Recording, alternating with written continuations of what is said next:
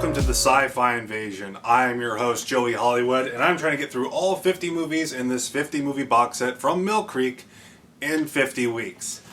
Today's movie was called Alien Prey, although it is called just Prey in some prints of the film.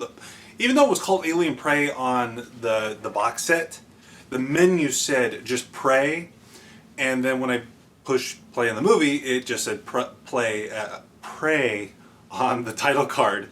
So let's try to say that like a million times really fast. So this is a movie from, let me see, 1978, so not to be confused with the Predator prequel. I want to say I liked this movie. I liked it enough that I went and saw if there was an HD version available. There is. It's from Vinegar Syndrome.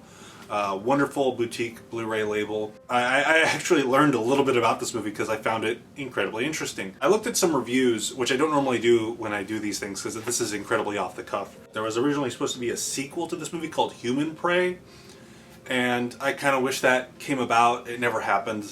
The very first impressions I get from this movie is it seems a little bit like Close Encounters with the Third Kind. Sorry, I got the Fourth Kind and Close Encounters confused for a second. And, you know, lots of lights and someone looking out the window and someone, and, you know, a character going like, oh, I saw something, you know, like, go back to bed, it's nothing.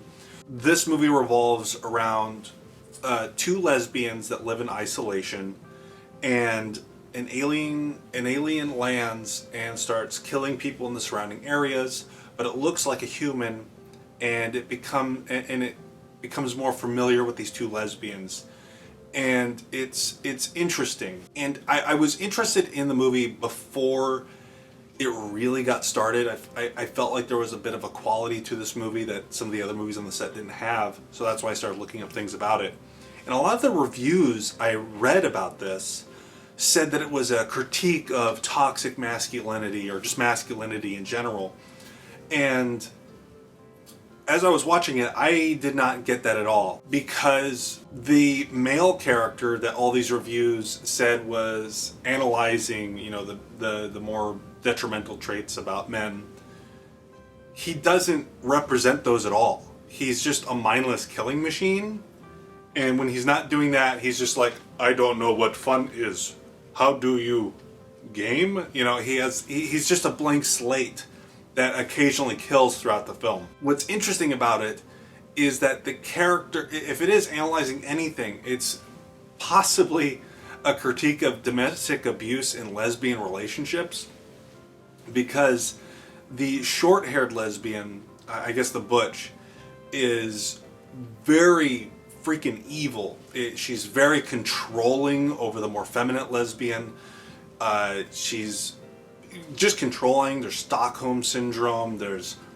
She's like just micromanaging every aspect of her life.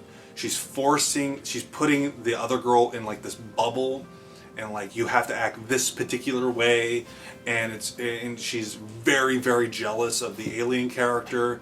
It's flat out stated that she's murdered men that have taken an interest in her lover. And at the very end of the movie, you realize that she has a long history of being crazy. I don't know what movie these reviewers saw, because that's not the movie I saw. I don't know, like a lot of this stuff is like, oh, we're only vegetarians, and, you know, men only eat meat because they're stupid. And a lot of stuff she projects onto this alien who, even though she doesn't know that he's murdering people at this point, or that she doesn't know that he's murdering people at this point, it's very clear that she's projecting her own toxic traits onto him, because at this point she doesn't know that he's a monster. So it's very interesting, the discourse around this movie, and not discourse, the conversations around it. I don't feel like I saw the same movie. It's interesting. It's a very interesting movie. It's a bit slow. I think it would have worked better as a short film, for sure. But I liked it enough that it kept me interested. The characters are engaging, except for the alien character, because he's, like I said, he's just a blank slate. He's really boring. He just randomly kills throughout the film when the movie gets a little too slow. I genuinely liked this movie. I I'm a little sad that it never got a sequel, but apparently it didn't make much money. I considered buying the Vinegar Syndrome Blu-ray, but I was like, I don't know if this is a movie I'd watch that much. But it was interesting. So I saw one review say it was a softcore porn, and despite the fact that there was like 2 sex scenes in it, they're not very explicit, and the second one is not what I would describe as sexy in any means. So it's a horror subversion type thing. So I don't know what these other people saw, but this was not the movie I saw. But I did enjoy it. It's one of the more subversive movies on the set. I think it is a quality film, albeit very low budget. The alien in the movie, when he transforms into his alien form, he just looks like a werewolf. The alien aspect of this movie seems remarkably unnecessary. There are some unintentionally funny moments where the alien is talking to his mothership and he's like, humans are high in protein and easy prey. You know, it's like silly lines like that.